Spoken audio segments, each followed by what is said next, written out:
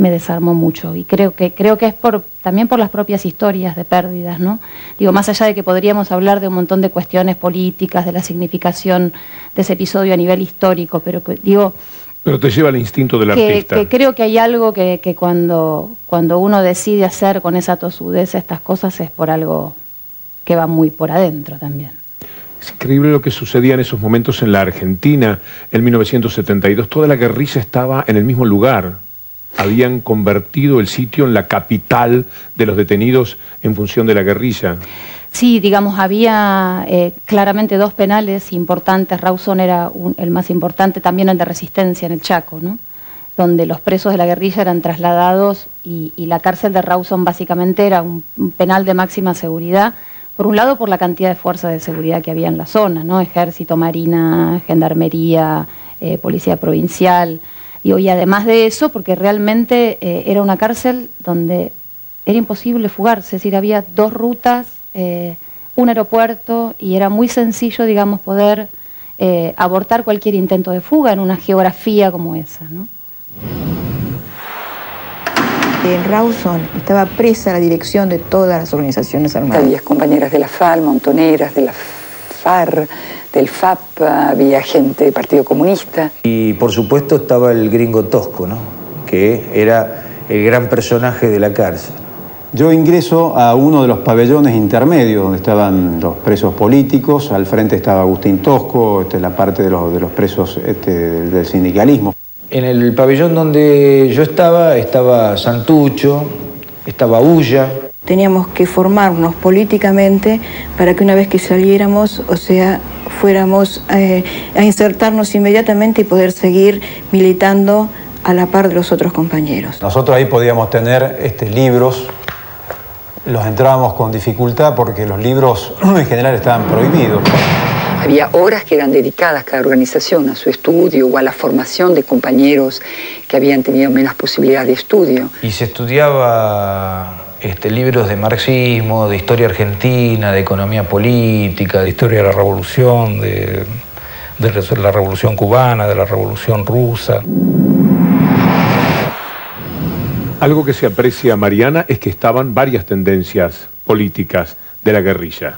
Claro, así es. Digamos, en el penal había gente que venía del Ejército Revolucionario del Pueblo, militantes de Montoneros y de FARC, Fuerzas Armadas Revolucionarias, y de otras también. Nombro estas tres específicamente porque son las que en conjunto, digamos, planean este operativo militar de fuga. Era la primera vez quizás que hacían algo conjuntamente. Exactamente. Por eso también es interesante eso, porque esta situación de unidad que se da dentro del penal en pos de un plan de fuga como y que después en la conferencia de prensa también estos militantes que quedan varados allí van a dar cuenta de esta unidad.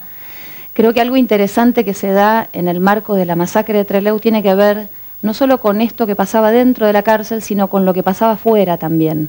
Es decir, esas comisiones de solidaridad tan fuertes e intensas que tuvieron lugar en Rawson, comisiones por los presos políticos, también a su vez estaban integradas por peronistas, por comunistas, por radicales. Allí estaba Mario Belamaya, un abogado que después cayó preso y que está desaparecido. Había demócratas cristianos, había socialistas. Todo esto de algún modo, junto con incluso hasta el papel de los presos comunes dentro del penal, cuando Tosco...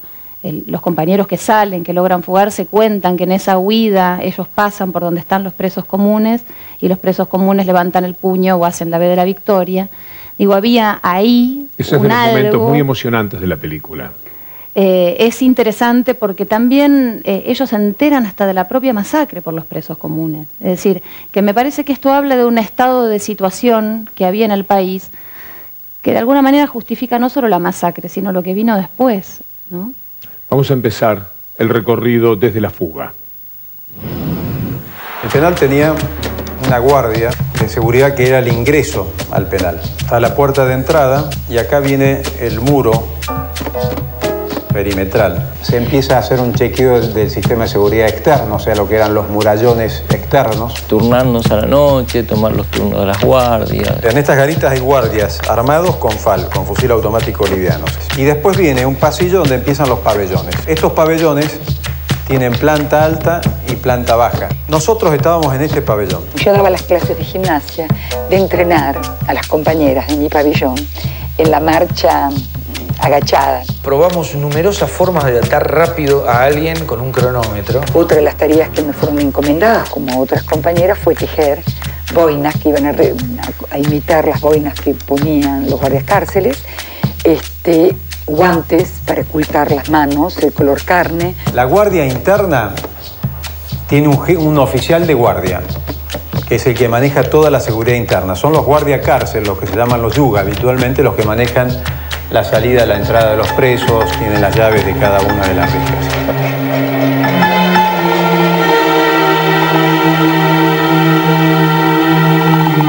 Los compañeros en total éramos 116 los que se iban a jugar. En función de eso se pensaron los vehículos que había que tomar para traer hasta la zona. El traslado iban a ser en 2 camiones, un camión grande, un camión mediano, un camión chico. Y un auto. Otra parte del grupo externo era la parte que venía en el avión. Estaba Fernández Palmeiro, que era del ERP. Tenían la responsabilidad de garantizar la información de que el avión había salido en tiempo o atrasado, lo que sea, pero bueno, informar esto.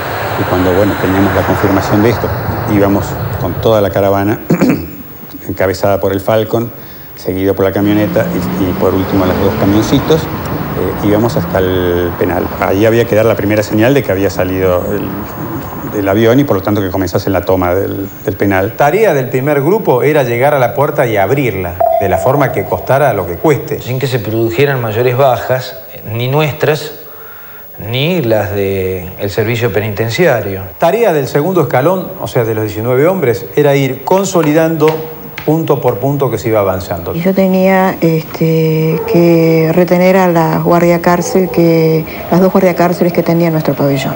Y yo estaba encargada, como tocaba guitarra y cantaba boleras, de hacerla, a ella le gustaba escucharme, de hacerla acercar a la reja. Tomar toda la parte de la cocina, la enfermería, la parte de donde estaba la capilla, todo el patio central. Tarea del tercer escalón, los 120 hombres, era consolidar y empezar a organizar la salida de los compañeros para la fuga, de acá y de acá. La segunda seña es un pañuelo, sacarse un pañuelo en la puerta del penal, ahí en la puerta de ingreso al perímetro del penal. Los compañeros de afuera veían, era una seña visual, digamos, veían esa seña, se subían a los camiones y entraban al penal. Yo tenía simplemente que volver a mi camioneta, subir a la camioneta y enfilar hacia el penal y los camioncitos iban a venir atrás mío. Y en esos vehículos nos retirábamos nosotros. Eso era como estaba planificado. Cosatinqui me dice, nos quedamos, Negrito, me parece que nos quedamos porque no vienen los camiones. Y dijo, compañeros, algo falló. Tienen que volver hasta la victoria siempre. Siento un poco de pudor, Mariana, porque siento que estamos haciendo un programa de televisión excepcional gracias a vos, gracias a esta admirable película que tanto bien seguramente va a hacer cuando puedan verla, cuando la puedan evaluar definitivamente como una de las pruebas a considerar. Lo que viene ahora es la conferencia de prensa. Tenemos que pegar un salto de la fuga a la conferencia de prensa que se produce en el aeropuerto. ¿Quiénes participan de la misma y por qué? Bueno, participa, digamos, el segundo grupo que llega al aeropuerto, el primero, que está compuesto por 6 integrantes de organizaciones armadas, logran copar un avión comercial, desviarlo hacia Chile, con la idea de llegar a Cuba, y el segundo grupo llega al aeropuerto cuando ya el avión ha despegado, digamos, por este problema que hubo, digamos, en la logística final del escape del penal. Llegan cuando el avión ya ha partido, entonces lo que se decide hacer es hacer una conferencia de prensa, convocar un médico, convocar un juez, es decir, con el fin de alguna manera, prevenir represalias, torturas e incluso lo que finalmente sucedió, que fue un asesinato masivo. Vamos a ver la conferencia de prensa, Mariana, pero es extraordinario que ellos se animasen a los asesinatos después de la conferencia de prensa y después de saber que de alguna manera esa conferencia había permitido saber lo que podía llegar a ocurrir, y lo mismo lo hicieron. Yo creo que eso también habla de un momento, ¿no? Es decir, esa conferencia o esa idea de los integrantes de las organizaciones armadas, de pensar que con eso preveían la posibilidad o de alguna manera se cubrían de esto, habla de otro momento. Eso es impensable 4 años después, ¿no? Es decir, no hubiera habido una conferencia de prensa, hubieran aprovechado los 100 rehenes que tendrían dentro del aeropuerto para forzar un escape, digamos. En ese momento deciden entregar las armas y previamente, bueno, creo que es una de las declaraciones políticas más importantes de los años 70, esta de la unidad de las organizaciones, lo que ellos dicen, Bonet, Mariano Pujadas y María Antonia Berger. Veámoslo.